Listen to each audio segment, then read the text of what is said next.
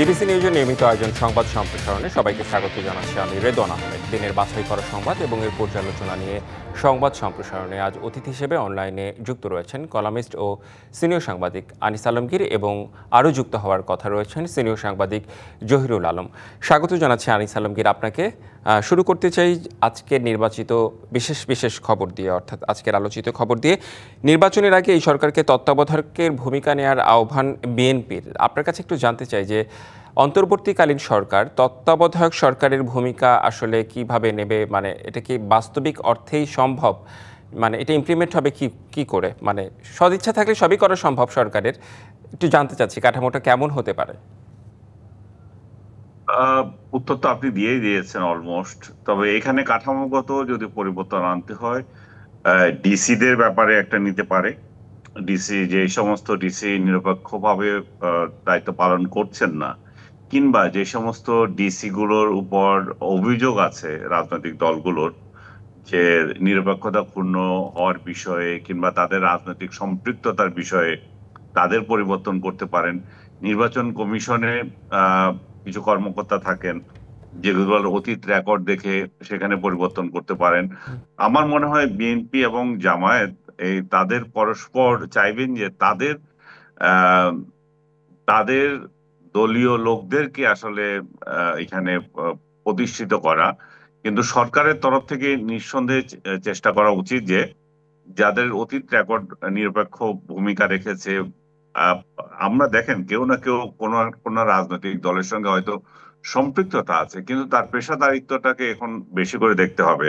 এই সম্পৃক্ততার অভিযোগ নিয়ে আমরা ওই রাজনৈতিক দলগুলো নির্বাচন কমিশনকে এক ধরনের শর্ত দিয়ে দিয়েছে যে গত ইয়েতে যারা অংশ নিয়েছিল তারা যাতে এখানে অংশ নিতে না পারে। যে কাজগুলোতে অংশ নিয়েছিল নির্বাচনী কাজে, যাদের বদনাম আছে তারা যাতে অংশ নিতে না পারে। আমি একটা রিপোর্টে দেখেছিলাম তারা কেউই অংশ নেবে না এরকম। তো তাহলে তো আমাদের কর্মকর্তার সংকটে পড়ে যাবে।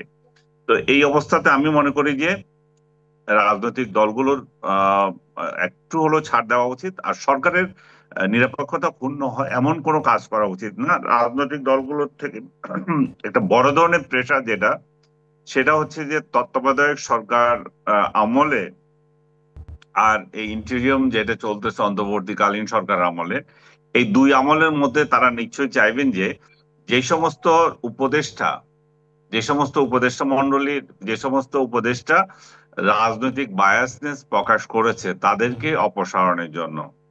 এবং সেটা একটা কঠিন কাজ। যেমন বিএনপি বলবে যে আমি এই উপজেলা উপদেশটাকে আমরা মনে করে যে এরা জামাতের সঙ্গে বা অন্য কোনো রাজনৈতিক দলের সাথে সম্পৃক্ততা আছে, বিশেষ করে দুই দলেরই বলবে, জামাত বিএনপি এরাই বলবে। আবার এনসিপিও তো বলতে পারে।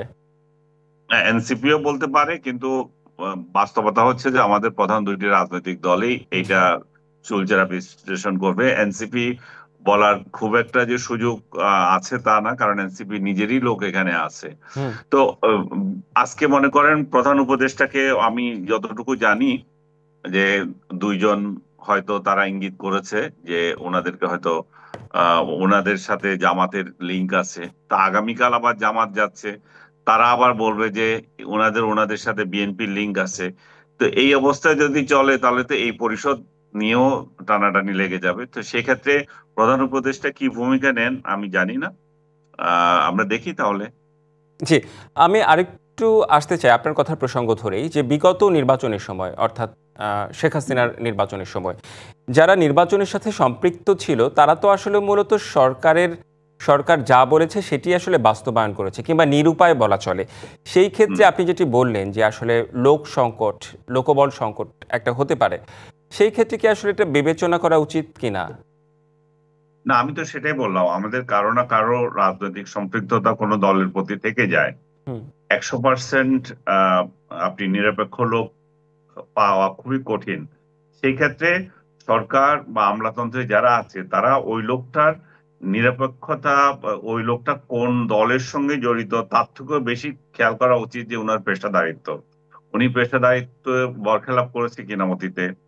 যেমন পেশাদারিত্বে বরখেলাপ করার কথা আসলে বলবে যে এখন তো ওনারা যে গতবার 24-এ যে নির্বাচন করেছেন কিংবা 18 সালে যে নির্বাচন করেছেন, রাতের ভোট করেছেন, এই জাতীয় লোকদের আবার নিরপেক্ষতা কি আছে, এদের পেশাদারিত্ব কি আছে, এটাও 100% সঠিক। তা তাদেরকে বাদ দিয়ে এই যে আরো লোক নাই তা না, সেই লোকগুলোর মধ্যেও তো পেশাদারিত্বের অভাব থাকতে পারে, দলীয় মানে দল কেন্দ্রিক চিন্তা ভাবনা থাকতে পারে এবং আছেও। এবং সেই তালিকাই হচ্ছে অলমোস্ট বিএনপি এবং জামাতের কাছ থেকে তারা পরস্পরকে বলছে যে এই লোকগুলো সরাতে হবে।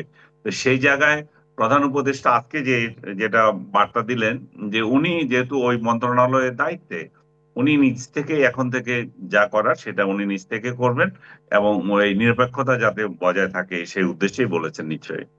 আচ্ছা, নিরপেক্ষ আহ, মানে উপদেষ্টাদের যদি আবার নতুন করে নিয়োগ কিংবা রদবদল করতে হয়, সেটিও একটা চ্যালেঞ্জ। আমি একটু তত্ত্বাবধায়ক সরকার ব্যবস্থায় আসতে চাই, যে তত্ত্বাবধায়ক সরকার হুম, ব্যবস্থা ফেরানোর আপিল মানে আজ পর্যন্ত মুলতবি। সাবেক প্রধান হুম। বিচারপতি খায়রুল হকের ভুল সিদ্ধান্তে বাতিল হয় এই পদ্ধতি। এই হুম। তত্ত্বাবধায়ক সরকার ইস্যুতে আপনার মন্তব্য একটু জানতে চাই, যে খায়রুল হকের ভুল সিদ্ধান্তে বাতিল হয় এই পদ্ধতি, এই বিষয়টা নিয়ে আসলে কি বলবেন? এটার কি বলার আছে, ওনার তো হয়ে গেছে যা হয়ে গেছে। হুম, এটা নিয়ে পেঁচাপেচি না করে আমাদের যেটা হবে যে হুম, তত্ত্বাবধায়ক সরকার ব্যবস্থা আমরা যেহেতু ফেরত আনতে চাচ্ছি, তাহলে এটা কোন প্রক্রিয়ায় ফেরত আনা হবে, এটা কি এইবারের যে নির্বাচন অনুষ্ঠিত হতে যাচ্ছে এখনই আমরা ইনস্টল করতে পারি কিনা। আর যদি ইনস্টল করার ক্ষেত্রে সমস্যা থাকে, বিশেষ করে এটার একটা আহ, ইয়ে লাগবে, ভোট লাগবে, আমি মনে করি সংসদ কর্তৃক হুম। আহ ইয়ের প্রয়োজন আছে এখানে, যে এটা কি বলে, অনুমোদনের প্রয়োজন আছে। তো সংসদে নাই যেহেতু, তাহলে এটা অনুমোদিত কিভাবে হবে। এই যে কতগুলো জটিল বিষয় আছে, সেই বিষয়গুলো আমাদের এখন দেখা উচিত। তত্ত্বাবধায়ক সরকারের প্রধান কি হবে, কাঠামোগত পরিবর্তন কি হবে। এ খায়রুল সাহেব করে গেছেন, চলে গেছেন। খায়রুল সাহেবকে এই জন্য মামলাও দেওয়া হয়েছে এবং আমি মনে করি যে এমন কিছু অগণিত মামলা দেওয়া হয়েছে, যদি এইসব কাজের জন্য উনাকে হেনস্থা করা হয় সেগুলো মানুষ হয়তো মেনে নেবে। কিন্তু উনাকে তো ধরা হচ্ছে যে কোন জায়গায় জানি হত্যা মামলাতে উনি আসামি। তো এই সমস্ত মানে মানে কি বলবো, এগুলা হাস্যকর মামলাগুলো না দিয়ে সত্যিকার অর্থে যেখানে যে দায়ী তাকে যদি সেই জায়গায় দায়ী করা হয় তাহলে ঠিক আছে। কিন্তু আমি আবারও বলতে চাচ্ছি যে এ, ওইটা হয়ে গেছে, সেটা হয়ে গেছে। এখন আগামীতে কাঠামোটা কি হবে সেটা নিয়ে তো আমাদের কথা বলা উচিত। এবং আহ, আদালতে যে এটা যাচ্ছে, এটা আজকে আবার শুনানি হবে এটা। তো শুনানি যদি হয়, তাহলে আমার রাজনৈতিক দলগুলো মিলে কিভাবে এই কাঠামো ঠিক করবে, তত্ত্বাবধায়ক সরকারের প্রধান কি হবে, এগুলোর দিকে দৃষ্টি দেওয়া উচিত। যেহেতু আদালত, আমি মনে করি যে এই রিইনস্টল করার ক্ষেত্রে কেয়ারটেকার গভর্নমেন্ট, তাদের কোনো আপত্তি নাই, তাদের অবজারভেশন তো আছে যে এটা এটা হতে পারে। জি, আমি একটু আপনার একটু পর্যবেক্ষণ জানতে চাই। মানে তত্ত্বাবধায়ক সরকার ইস্যুতে একটু কথা বলতে চাই। যে বাংলাদেশের প্রেক্ষাপটে যেই সরকার ক্ষমতায় থাকে, সেই সরকারেই কি নির্বাচন দিতে একটা পারে না? একটা মানে পরিচ্ছন্ন নির্বাচন দিতে পারে না? আমরা মানে বরাবরই তত্ত্বাবধায়ক সরকারের দিকে ঝুঁকে পড়ি। এটা কি রাজনৈতিক দলগুলোর মধ্যে অবিশ্বাস, কিংবা আমাদের বাংলাদেশের মানুষই আসলে সব ক্ষেত্রে স্বচ্ছ না? বিষয়টা কি এরকম? এই এই সহি কথা বলে তো এখন লাভ নাই। সেই সহি কথা তো শেখ হাসিনা 2014 সালে যে নির্বাচন করছিলেন তখনই বলেছিলেন যে আমরা একটা নির্বাচন করতে যাচ্ছি, আসেন এটা ঠিক করি। আমরা কেয়ারটেকার গভর্নমেন্ট কেন করব, আমরা আমাদের অন্তর্বর্তীকালীন সময়ে বা ওইটা কি বলবে, নির্বাচনকালীন একটা সরকার থাকবে। সরকারের প্রধান কি হবে, সরকারের বিরোধী দলও অন্তর্ভুক্ত হতে পারে। স্বরাষ্ট্র মন্ত্রণালয় এবং কয়েকটা মন্ত্রণালয় অফারও করা হয়েছিল। তো কিন্তু সেটা তো বিরোধী দল তখনকার বিএনপি মানে নাই। তার প্রেক্ষিতে কি হলো, তার প্রেক্ষিতে আমরা দেখলাম যে এমন একটা নির্বাচন হলো যেখানে নির্বাচনের আগে 153 জন, মোট কথা হচ্ছে অর্ধেকেরও বেশি সংসদ সদস্য নির্বাচিত হয়ে গেছে। আর যে নির্বাচনটা হলো সেটা জ্বালাও পোড়াও, জি। মানুষ মারো, এবং যারা ভোট দিতে চেয়েছে তাদেরকে মারো, যারা ভোট কেন্দ্রে দায়িত্ব পালন করেছে তাদেরকে মারো, এরকম সহিংস একটা নির্বাচন আমরা দেখেছি। এর পরের গুলো একইভাবে গিয়েছে, হয়নি তো।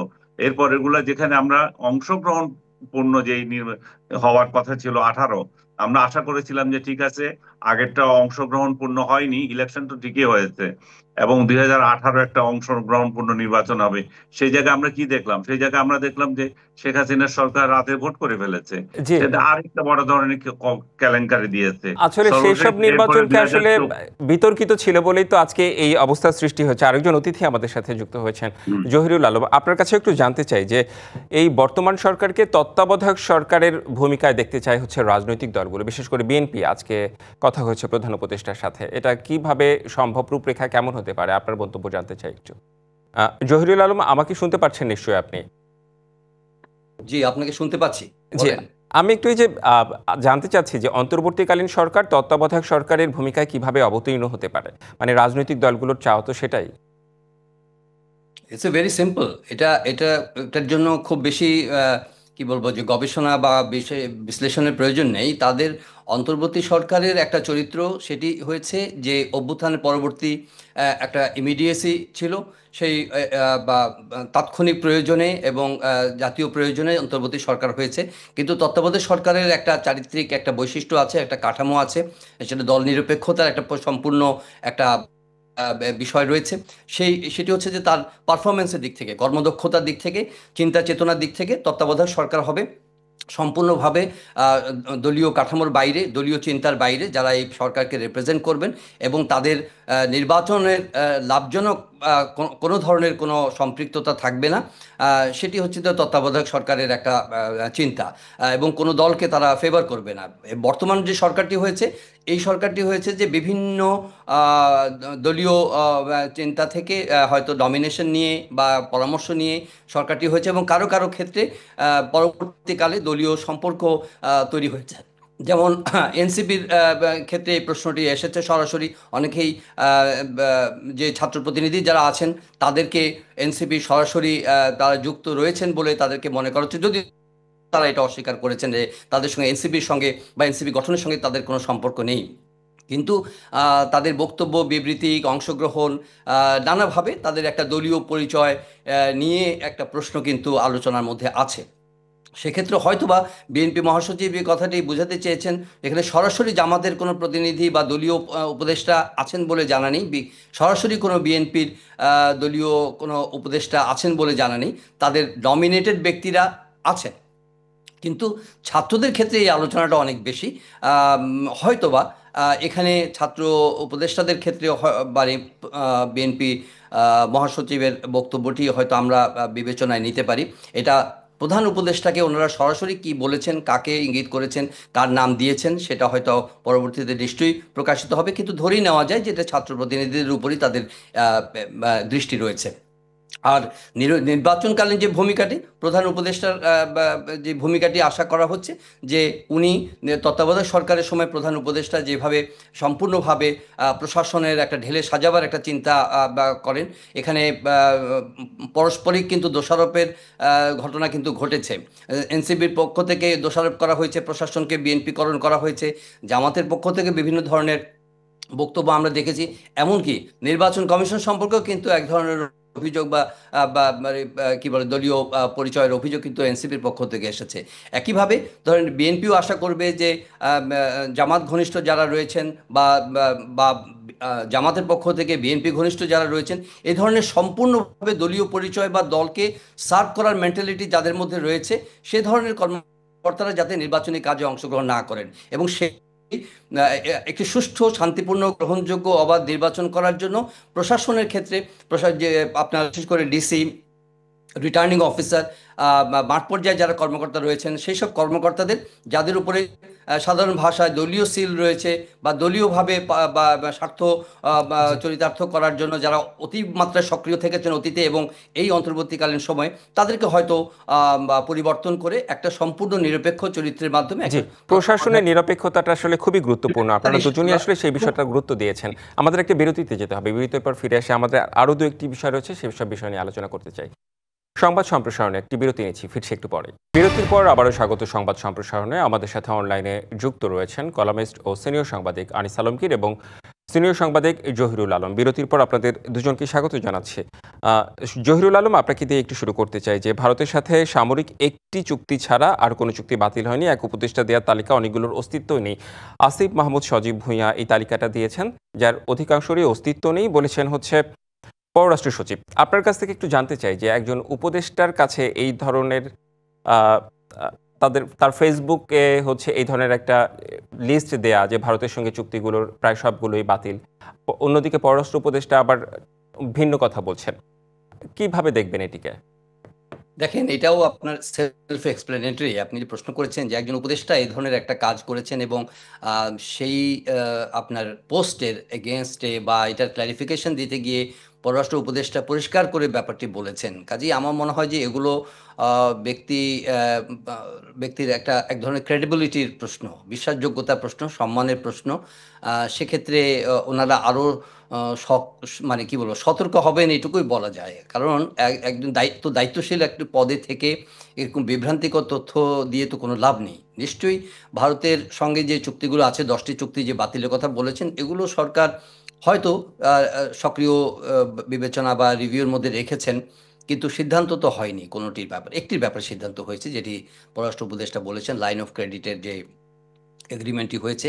বাকিগুলোর ব্যাপারে সুতরাং এটির সমালোচনা হয়তো বিস্তর করা যাবে উপদেষ্টার, কিন্তু উপদেষ্টার এ ধরনের মানে কাল্পনিক তথ্য দিয়ে পোস্ট দেওয়ার কি অর্থ, বা এ ধরনের বিভ্রান্তিকর তথ্য দিয়ে উনি কি বোঝাতে চাইছেন, এবং সেগুলো যদি উপদেষ্টাদের পক্ষ থেকে আবার এটার মানে কি বলবো যে এক ধরনের সংশোধনী বা এটার বিরুদ্ধাচরণ করা হয়, তাহলে সেটি সত্যি মানে দুঃখজনক, এবং এটি কোনোভাবেই গ্রহণযোগ্য নয়।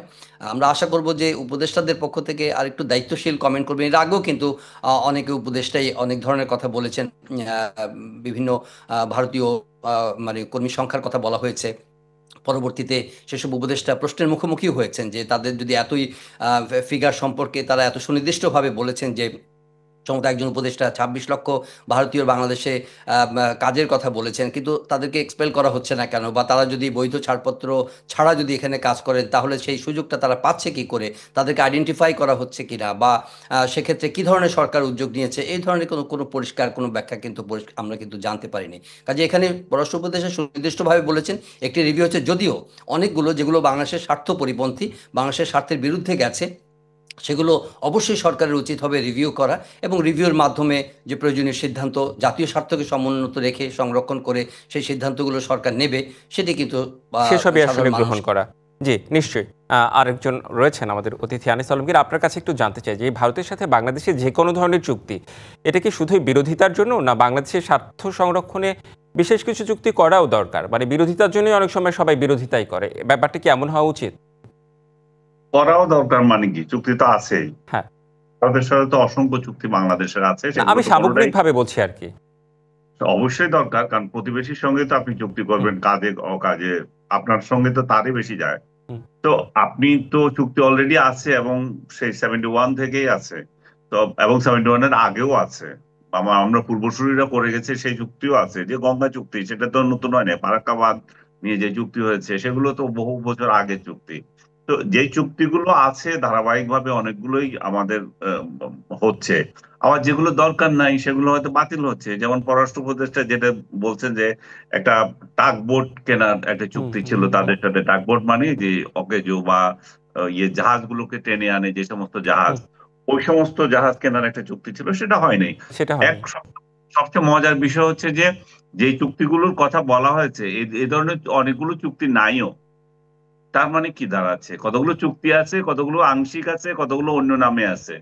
তো তাহলে সোশ্যাল মিডিয়ায় যা ইচ্ছা একজনে বলে দিল, আর সেটা ওই পররাষ্ট্র উপদেষ্টা এটা ব্যাখ্যা দিয়েছেন যে আমাদের একজন উপদেষ্টা এটা শেয়ার করেছেন, বাট এটা উনার না, উনি অন্য জায়গা থেকে নিয়ে শেয়ার করেছেন। তো উনি অন্য জায়গা থেকে নিয়ে উনি শেয়ার করবেন কেন? উনার কাজ কি? উনার কি পররাষ্ট্র মন্ত্রণালয় দেখার দায়িত্ব?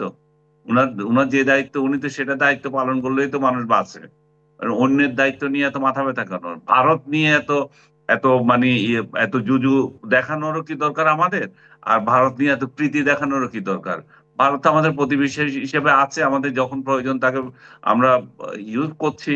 আমাদের প্রয়োজন যেটা নাই সেটা আমরা বলবো, এবং তাদের সাথে একটা স্বাভাবিক সম্পর্কই আমাদের সাথে থাকা উচিত। সেটাই থাকলে এনাফ। আমাদের অতিপ্রীতিরও দরকার নেই, আমাদের ওদের ইয়েতেও দরকার, ওদের সাথে আমাদের হোস্টালিটিরও দরকার নেই, আমরা প্রতিবেশী আমাদের। তো এই জায়গায় এই সমস্ত পপুলার জিনিস যেগুলো হওয়া, মানুষ মানুষ একটু বাহবা দেবে যে এই সরকার এতগুলো চুক্তি বাতিল করে দিয়েছে ভারতের সাথে, কেন দরকার কেন আপনার চুক্তিগুলো বাতিল করার এবং ভুয়া ভুয়া তথ্য দেওয়ার? আর যদি সত্যিকার অর্থে বাতিল করতে চান যেটা অপ্রয়োজনীয়, সেটাতে রিভিউ করে করতে পারেন, সেটা তো না করে নাই কেউ, সেটা করেন। কিন্তু সেটা না করে ফাঁকা আওয়াজ দেওয়া, তারপরে বিগত সরকার গোলামি চুক্তি করে গিয়েছে, এই সমস্ত ফালতু কথা বলা। ফালতু কথা এই জন্যই বলতেছি কারণ গোলামি চুক্তি হলে তো আপনি আজকে 1.5 বছর ধরে কেন এগুলো বাতিল করেন না, এবং গোলামি কোনগুলো সেগুলো কেন চিহ্নিত করেন না? তো আসলে হচ্ছে যে তার মানে কি, তার মানে আমরা কিছু জনতুষ্টির জন্য কিংবা ভারত বিরোধীদের সন্তুষ্ট করার জন্য আমরা কিছু করছি। অথচ রাষ্ট্র হিসাবে আমাদের দুই দেশের সম্পর্ক থাকা উচিত, জনপর্যায়ে সম্পর্ক থাকা উচিত, সরকারের পর্যায়ে সম্পর্ক জি, থাকা অর্থাৎ উচিত। দুই এখন রাষ্ট্রেরই যেটা হচ্ছে সেটা বন্ধুত্বপূর্ণ নাই। সম্পর্ক থাকবে, এটাই খুব স্বাভাবিক বিষয়। আপনাদের দুজনকে অনেক অনেক ধন্যবাদ আমাদের সংবাদ সম্প্রসারণে যুক্ত হবার জন্য, জহিরুল আলম এবং আনিস আলমগীর। সংবাদ সম্প্রসারণে এই ছিল এখনকার মতো, সঙ্গেই থাকুন।